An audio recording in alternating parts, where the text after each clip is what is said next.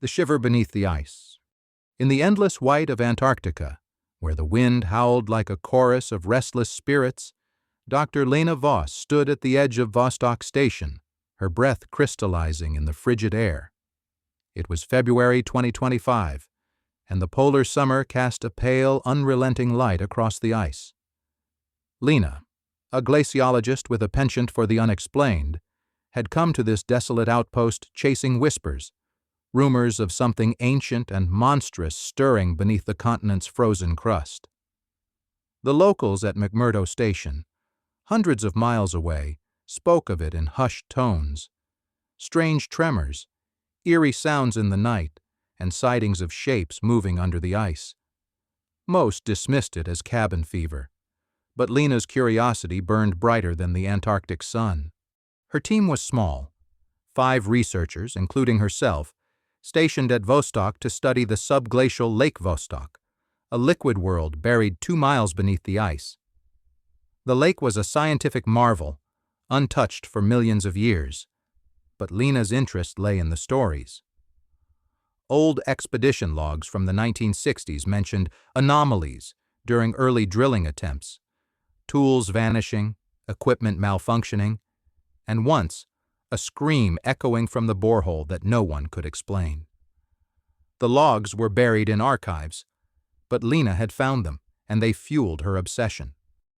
On their 3rd week, as the team prepared to lower a new probe into the lake, the first sign appeared.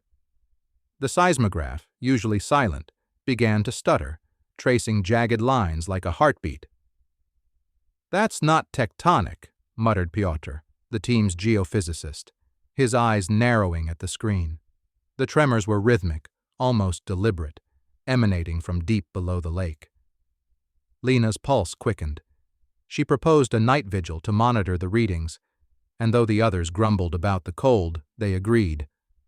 The Antarctic night, even in summer, was a brutal thing, and the station's heaters barely kept the chill at bay. At midnight, with the team huddled around the equipment, the seismograph spiked again. This time, a low rumble vibrated through the station, shaking the metal walls.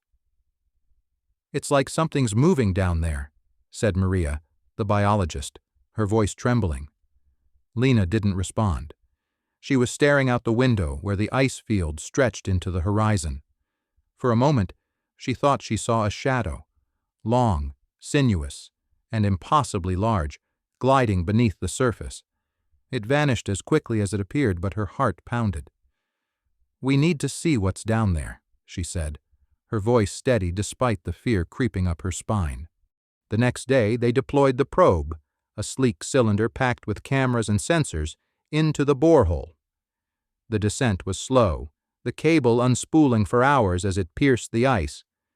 The team watched the feed in silence, the screen showing nothing but darkness and the occasional flicker of sediment. Then, at 3,800 meters, the probe hit water. The camera flared to life, revealing the lake's eerie clarity. Tiny particles floated in the beam, but the water was still. Too still. Lena leaned closer, her breath fogging the monitor. "Look at that," she whispered, pointing to a faint ripple in the distance.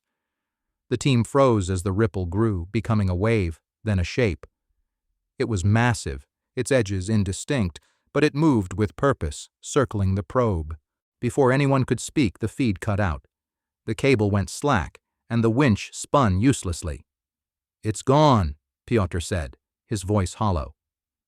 The team stared at the blank screen, the silence heavy. Lena's mind raced. Equipment failure was common, but this felt different. She proposed a risky plan: drill a wider borehole and send a manned submersible. The others protested, too dangerous, too expensive, but Lena's determination was unshakable. "We're here to find answers," she said. "This is our chance." It took 2 days to prepare the submersible, a cramped, reinforced pod barely big enough for 2. Lena volunteered to pilot it, with Piotr as her co-pilot. The others would monitor from the surface. As they descended through the ice, the walls of the borehole glowed faintly, reflecting the pod's lights. The silence was oppressive, broken only by the hum of the submersible's systems. At the lake's edge, They paused, the pod bobbing in the inky water. Lena switched on the external lights, and the lake came alive. The water was crystal clear, revealing a vast alien world. Strange formations, jagged spires, and smooth organic shapes rose from the lake bed, unlike anything Lena had seen in her years of study. Then they saw it. A shadow loomed in the distance, its form shifting like ink in water. It was enormous, its body segmented and serpentine, with appendages that flickered in and out of view. Lena's hands tightened on the controls. "Pyotr, are you seeing this?" she whispered. He nodded, his face pale. The creature moved closer, its eyes, or what Lena assumed were eyes, glinting like twin moons. They were not reflective but luminous, casting a sickly green glow. The submersible's sensors went haywire, readings spiking impossibly high. "It's not biological," Pyotr stammered. "Not entirely. It's something else." The creature circled them, its movements graceful yet menacing. Lena's curiosity warred with her fear. She activated the submersible's camera, recording every detail. The creature's body shimmered, its surface rippling like liquid metal. It emitted a sound, a low, resonant hum that vibrated through the pod, making Lena's teeth ache. She remembered the old logs, the scream from the borehole. Was this what they'd heard? The creature lunged and Lena jerked the controls, dodging its massive form. The pod rocked, warning lights flashing. "We need to surface," Pyotr urged, but Lena shook her head. "Not yet. We need to understand." She steered toward the lake bed, where the strange formations were densest. The creature followed, its hum growing louder. As they descended, Lena noticed patterns in the spires, geometric, almost artificial, like ruins of a forgotten city. The creature seemed to guard them, its movements protective rather than aggressive. Lena's mind raced. Was it a guardian? A relic of some ancient intelligence? The submersible's lights caught a structure, a massive circular platform etched with symbols that pulsed faintly. Before she could study it, the creature slammed into the pod, sending it spinning. Alarms blared, and Pyotr shouted, "We're losing pressure!" Lena fought to stabilize the pod, her hands shaking. The creature backed off, its eyes fixed on them. In that moment, Lena felt a strange connection, as if it were assessing her. She spoke into the recorder, her voice calm despite the chaos. "It's not attacking. It's warning us. There's something here, something it doesn't want us to disturb." She steered the pod upward, the creature trailing them until they reached the ice layer. As they ascended through the borehole, the hum faded and the creature vanished into the depths.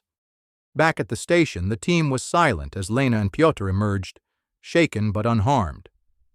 The footage was grainy, the creature's form indistinct, but the spires and platform were clear. The team debated what to do. Maria wanted to report it immediately, but Lena hesitated. The creature hadn't attacked outright. It had warned them.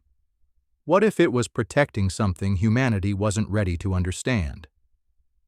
They agreed to keep the discovery quiet until they could study the footage further. That night, Lena lay awake, the creature's eyes haunting her. She thought of the symbols, the hum, the sense of ancient purpose. Antarctica was a vault of secrets, and they'd only scratched the surface. As the wind howled outside, she heard a faint echo, a hum, distant but unmistakable. She sat up, heart racing. The seismograph was quiet, but she knew it was out there, watching, waiting. Curiosity had brought her here, but now she wondered if some mysteries were meant to stay buried beneath the ice.